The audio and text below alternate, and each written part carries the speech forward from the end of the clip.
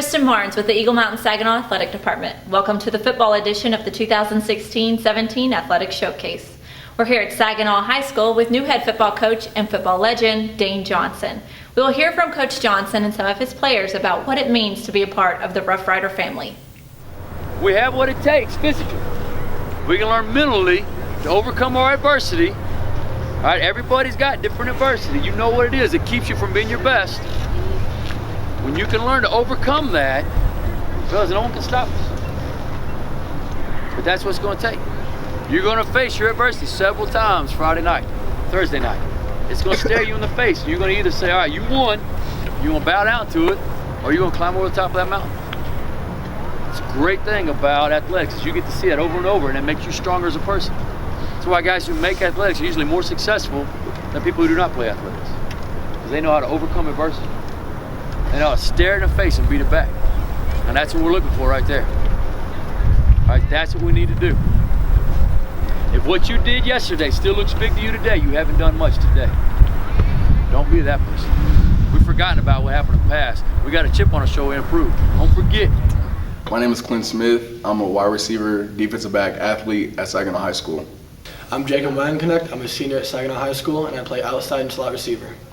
I'm Centauri Smith. I'm in 12th grade. I play middle linebacker for Saginaw High School. I have about 13, 14 scouts right now looking at me and talking to me and everything, so I'll have to make a big decision this coming March.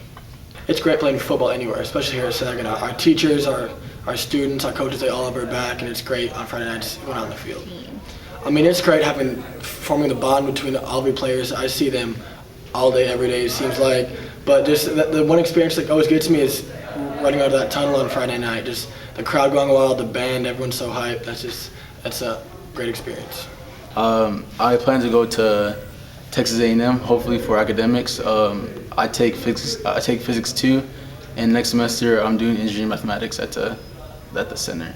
I'm in all AP classes. It's a struggle with football and AP classes, but I make do because I love getting my education as much as I love playing football. I want to be a dental surgeon, so that's definitely my plan if football doesn't work out or life after football, and make sure I can support my family. After college, hopefully I'll be working at Lockheed, if not, Bell Helicopter. At Lockheed, I want to be an engineer, and my backup plan is to be a pilot. I will definitely be attending college. I don't really have any set major yet. Right now I'm kind of leaning towards coaching because I love the game of football, but I'm really still pretty open about it. Went to South Lake and played for Bob Ledbetter. A lot of great coaches there. Just had a great career. We were 46-0-1 and won 3 state championships. And it was just a great experience all the way through. I think both of those together just kind of formed my philosophy and ideas on coaching and how important it is, and then just also the experience of high school, what you can gain from it. So I really enjoyed that. I was very fortunate there. And through that, Spike Dykes gave me an opportunity to play college football, which was one of my goals. I wanted to play Division I football. I wanted to play on Saturday and play in bowl games and on TV. And Coach Dykes believed me enough to give me a scholarship to pay for my education and allow me to go do that. Through the process of that, I got my degree and played 4 years there and had a great time. And we won the conference a couple times, and played in 3 bowl games. Could have played 4. I think we were ineligible once, but got to do a lot of great things. Had some success there as all-conference player, all-American player. Played with a lot of good players, guys that played in the league for a long time, and learned a lot. And great coaches that I played for, and had great relationships with them. And I think that just kind of fueled my fire to become a coach also. That kept in touch with all my high school coaches and the college coaches I had. They were great men and great coaches, and it just kind of inspired me. You know, I want to do the same thing for other people. Coach Johnson coming in, he knows a lot about winning, and he brought at the Saginaw, giving us our first district win, and teaching us how to play hard, and no matter what the position is or the play, just going at it 100%, no matter the ranking of what team or anything like that. I mean, he's a great person and a great coach. I mean, he knows how to win, and he's rubbing off on all of us in a little way. I like the enthusiasm and energy he brings to practice, and he made it far as a player himself, so he knows what he's doing right. And he knows the mentality it takes to win, and he makes sure he puts that in each of our minds. So no matter what the snap is or whatever is going on, we just go after it. I think Coach Johnson is an amazing person and a good coach. He brought something that we needed in the Saginaw school. It's just plain and simple. Like, we just needed his mentality, and what he thinks of us as a group. It's going to take our big players making big plays. That's what it takes to win. And so our leaders, which our team did a great job electing our captains, and our seniors are doing a great job leading the team.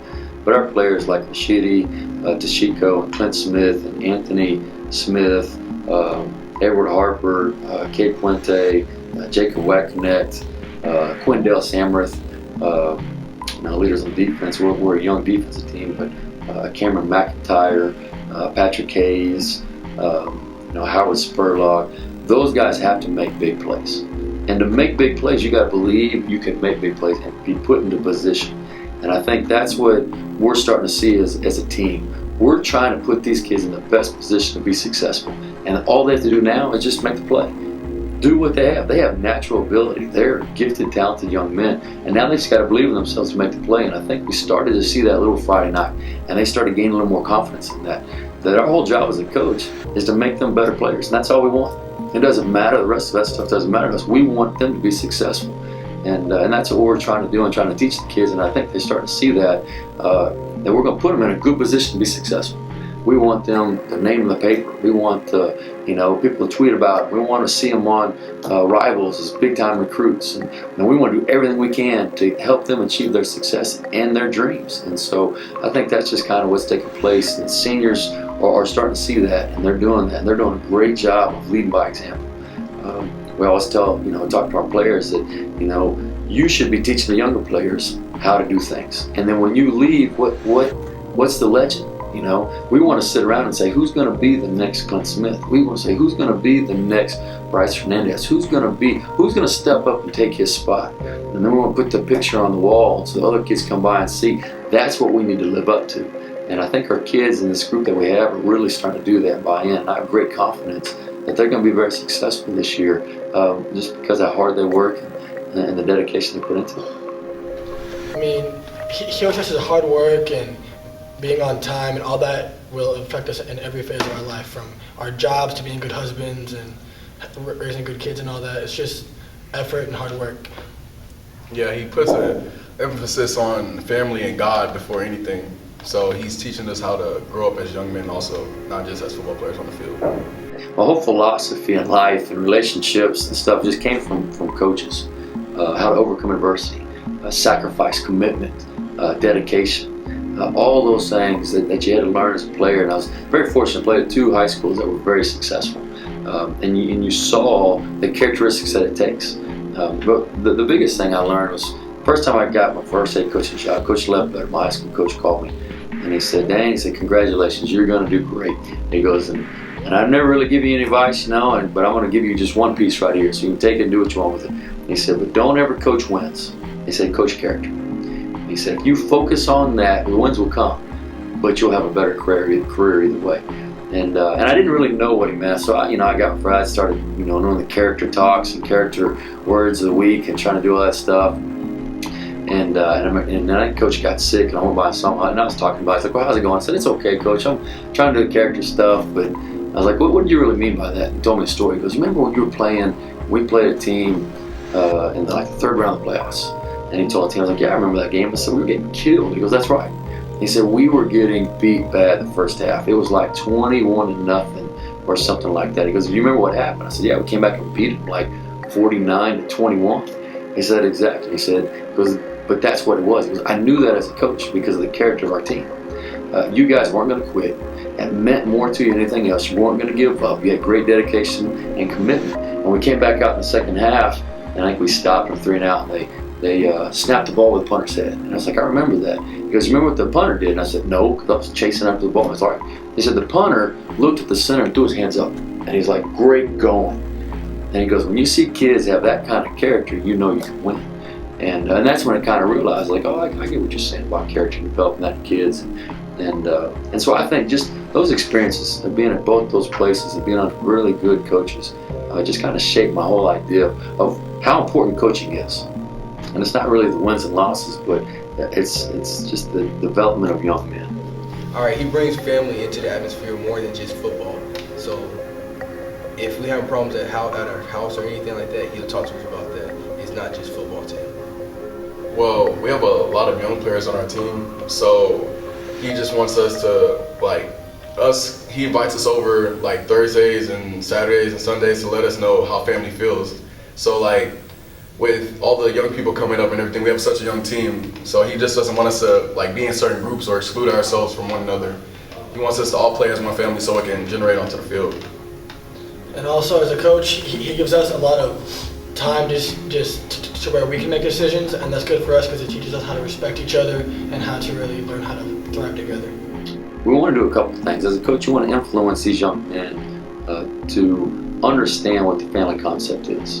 Because they're going to be in a family when they get older and right now. And then how does that work and how is it involved and how can it be something special? So we hope to use the football season to show them that. But also, everybody cares about their family more than anything else. Your family can make you madder than anybody else, but they can also make you happier than anybody else. You know, you're going to get in fights, but you got to get over those fights.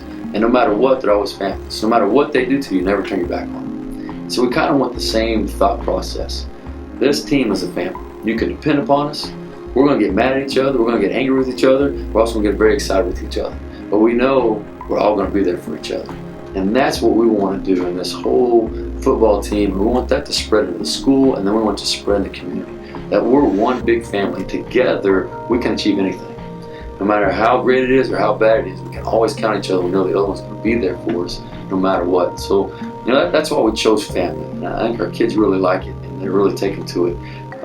And they're a close group, and that just helps. And then, you know, in a family, the older brothers always look out for the younger brothers. And that's what we want. We want our older players looking out for our younger players.